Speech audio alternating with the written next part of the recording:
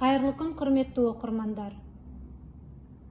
Қызықты және ерекше кітаптарды жарнамалау мақсатында тағы да кітап әлеміне сапар шегеміз. Ұларбек Нұрғалымұлы Ілияс пен Заңғардың планшеті. Балаларға арналған тағылымдық комикс.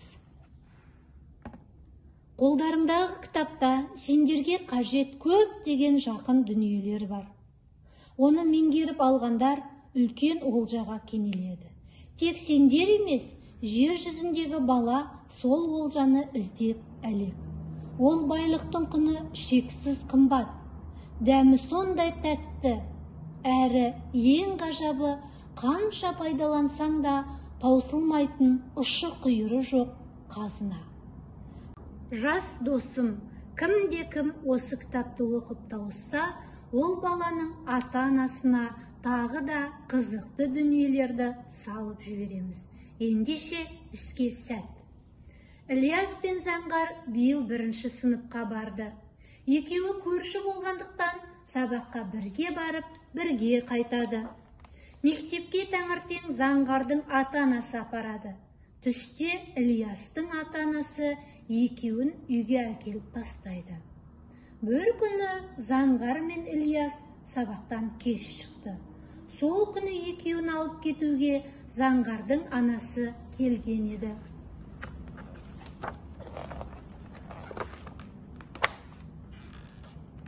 Мәссаған, біздің үй жабық тұр ғой. Мына жерде қағаз қыстырылып тұр. Анаң бізге хат қалдырып кеткен ау деймін.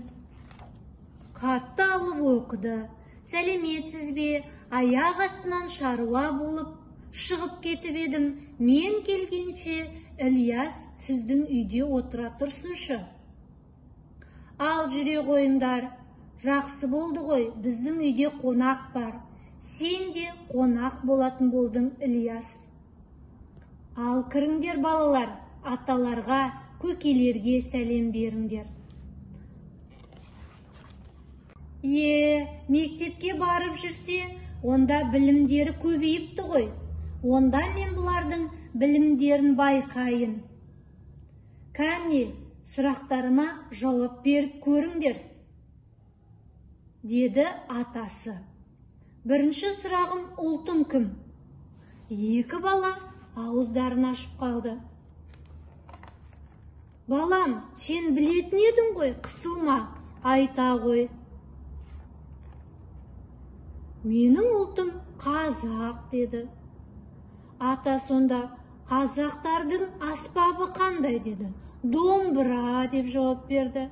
Руың кім? Ораза. Нағашың қай ел? Қожбамбет. Тағамың қандай? Қазы қарта ет. Сусының қандай? Шұбат қымыз. Мемлекетің ше?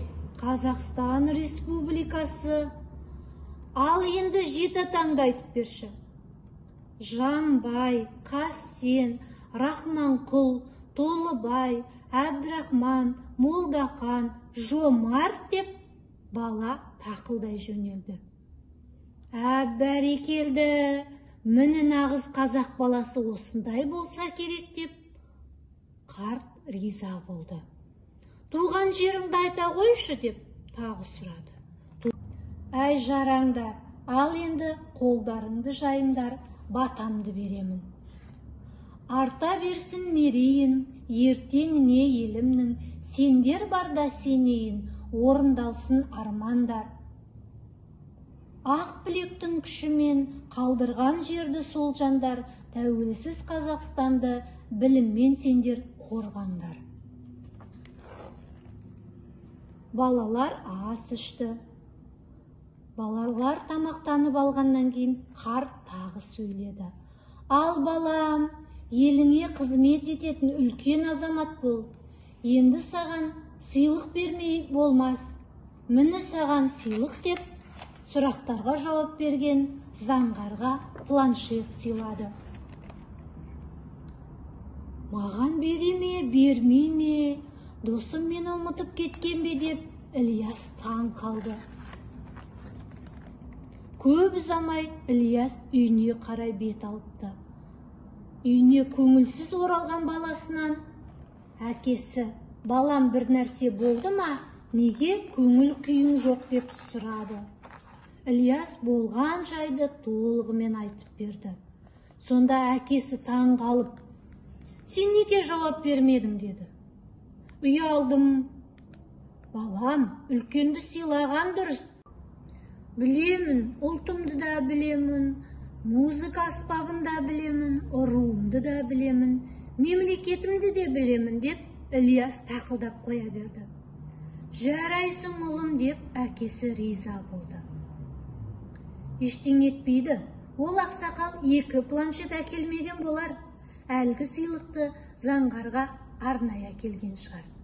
Жарайды, ең бастысы баламыздың ақылды екенін өзіміз білеміз ғой деп әкесі мен анасы риза болды.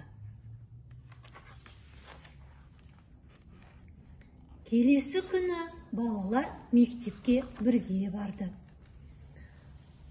Мектеп ауласында Ильястың әкесі қарсы алып: «Міне, кешегі уәдемді орындадым. Планшетіңді ала қой балам, ойнаңдар, қызықтаңдар» деді. «Бірақ ақылды, тәртіпті болыңдар. Күніне 1 сағаттан артық ойнауға болмайды. Осыған уәде беріңдер». Заңғар Ильяс деп 2 баланың уәдесін алды. Құрметті балақай, Заңғар мен Ильясқа қойылған сұрақтарға да жауап бере аласың ба? Толық жауап берсең, онда сенің де нағыз қазақ болғаның.